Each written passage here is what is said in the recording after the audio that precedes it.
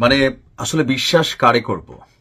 এখন তো প্রশ্ন অনেক কিছু উঠায় যে আওয়ামী লীগ সরকার বলতো যে এই দেশে অনেক হুজুররা নিজেরাই নিজেদেরকে আত্মগোপনে গিয়া অপহরণের নাটক সাজাইতো। তো ঘটনার সত্যতা তো অনেক দিকে তারা সামনে নিয়ে আসতেছে। আমার কাছে খুবই আশ্চর্য লাগছে যে এই সরকারের আমলে আইসা এই ধরনের একটা নাটক সাজানোর পেছনে এই খতিবের উদ্দেশ্য কি? কেউ কেউ বলছেন যে সাংবাদিক ইলিয়াস ভাইয়ের পরামর্শে নাকি ইস্কনের উপরে চাপ তৈরি করার জন্য আমাদের এই যে সম্মানিত খতিব যিনি আছেন মুফতি মহিবুল্লাহ নিজেই নিজেকে অপহরণের নাটক সাজাইছেন। অনেকে কিন্তু এই ধরনের পোস্ট দিচ্ছেন, আপনারা নিশ্চয়ই ফেসবুকে দেখেছেন।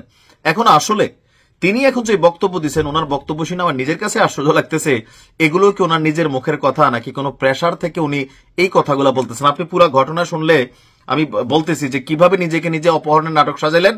তিনি যে বক্তব্য দিচ্ছেন বক্তব্যের মধ্যে যথেষ্ট ঘাপলা আছে।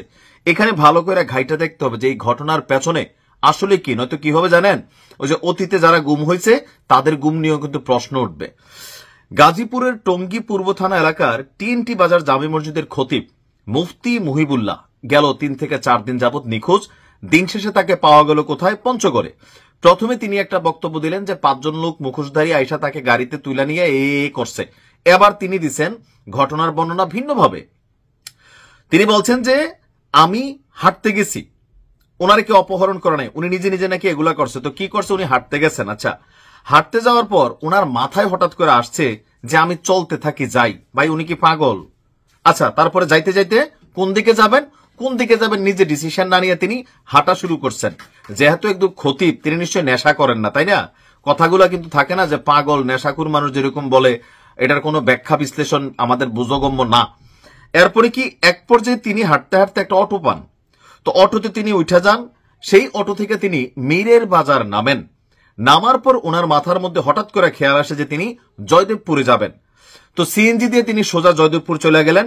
এরপরে ওনার মাথায় আসলো যে তিনি এখান থেকে বাসে উঠবেন। বাসে উঠে শ্যামলী কোন জায়গায় যেন তিনি নামছে। সেখান থেকে তিনি আরেকটা বাস উঠে গাবতলী গেছেন। ওইখান থেকে ওনার হঠাৎ করে আবার মনে চাইলো যে উনি একটা টিকিট কাটবেন। তো কই যাব?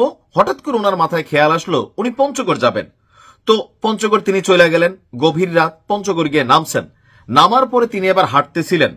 কোন দিকে হাঁটতেছেন তিনি জানেন না, চিনেন না, হাঁটতেছিলেন। কারণ পঞ্চগড় তো ওনার এলাকা না, শ্বশুর বাড়িও না। আচ্ছা, এরপরে তার বক্তব্য, এক পর্যায়ে তিনি দেখেন যে পঞ্চগড় জেলা প্রশাসকের কার্যালয়, পুলিশ লাইন্স এগুলে হেঁটে পার হন। তিনি পার হয়ে গিয়া রাস্তায় একটা আবার শিকলও পান। ওইটা নিয়ে তিনি আবার এক জায়গায় প্রস্রাব করতে বসেন।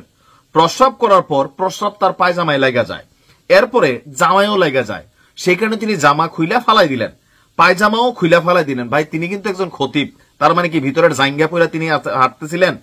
আচ্ছা, তো খোলার পর আবার পড়তে হবে এই জিনিসটা তিনি আর পারেন নাই। কেন? ঠান্ডায়। তো ঠান্ডার মধ্যে তো কাপড় গায়ে দিবেন, কিন্তু তিনি খালি গায়ে ছিলেন। ঠান্ডায় তিনি কি করলেন? পরে রাস্তার মধ্যে শুয়ে গেলেন আর শিকলটা তিনি পায়ে জড়াই দিলেন। এইটা কেন করতেছে এটার কোনো চিন্তা ভাবনা ওনার মাথায় কাজ করতেছে না।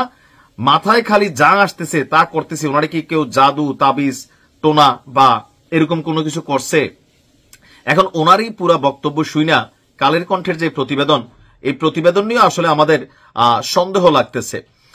আর আমাদের পুলিশ বলছে যে তাকে কেউ পঞ্চগড় নিয়ে যায়নি।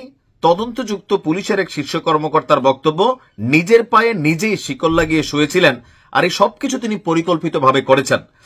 অপহরণের যে বর্ণনা তিনি দিয়েছিলেন প্রথমে, যে সময় তাকে যে স্থান থেকে তুলে নেওয়ার কথা বলছেন, সেই সময় ওই এলাকার একাধিক সিসিটিভি ফুটেজ পর্যালোচনা করে পুলিশের কাছে অপহরণের কোনো প্রমাণ পায়নি। তবে প্রথম দিকে মহিবুল্লাহ তিনি দাবি করেছিলেন যে 22 অক্টোবর সকাল 7টার দিকে টঙ্গীর Shilmon Axis Link CNG filling and station সেন্টারের সামনে থেকে তাকে অপহরণ করে একটা অ্যাম্বুলেন্সে তুলে নেওয়া হয়। পরদিন পঞ্চগড়ে হাত পা অবস্থায় নিজেকে তিনি উদ্ধার করেন। আর অপহরণের আগে টানা কয়েকদিন তার কাছে উড়ু চিঠির মাধ্যমে হুমকি আসতেছিল। আর অপহরণের পর গোটা একদিন তিনি নির্যাতনের শিকার হন। তবে মঙ্গলবার সকালে অনুসন্ধানী সাংবাদিক জুলকারনাইন শাহের ওই সময় ওই এলাকার সিসিটিভি ফুটেজ বিশ্লেষণ করে দাবি করছেন মুফতি মহিবুল্লাহ অপহৃত হয়নি। টোটাল ঘটনাটার পেছনে একটা মাস্টারমাইন্ড হচ্ছে সাংবাদিক ইলিয়াস। তিনি মহিবুল্লাহকে এই পরামর্শ দিয়েছেন নিজেকে নিজে অপহরণ কইরা আর এই টোটাল ঘটনার দায়ভার ইস্কনের উপর চাপাইতে। তাহলে এই দেশে ইস্কনের কার্যক্রম বন্ধ হবে, এমন প্রচারণা আসছে। তবে সাংবাদিক ইলিয়াস এই নিয়ে তিনি গুম হওয়ার পরে তিনি কয়েকটি স্ট্যাটাস দিয়েছিলেন। এখন এই যে মানে মহিবুল্লাহর বক্তব্য কয়েক ঘন্টার মধ্যে চেঞ্জ হয়ে গেল। আওয়ামী লীগ থাকলে আমরা নির্ঘাত বলতাম এই পুলিশ প্রশাসন আওয়ামী লীগ সরকারের ইশারায় এই কাজটা করছে। এখন মহিবুল্লাহর যে বক্তব্য তিনি দিলেন হাসপাতালে শুয়ে একটা, এখন আবার দিলেন আরেকটা, আমরা কোনটা বিশ্বাস করব?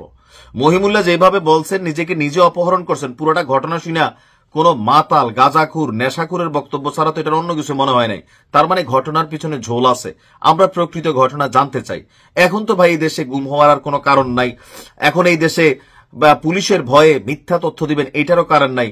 আসলে মহিবুল্লাহ কি নিজেরাই নিজে নাটক সাজিয়ে ইসকনকে টার্গেট করলেন? তাকে কেউ পরামর্শ দিল? নাকি আসলে ঘটনার ভেতরে অন্য কোনো চাপ আছে, যে চাপটাকে তিনি সাইড কাটানোর জন্য তিনি আসলে এমন বক্তব্য দিলেন?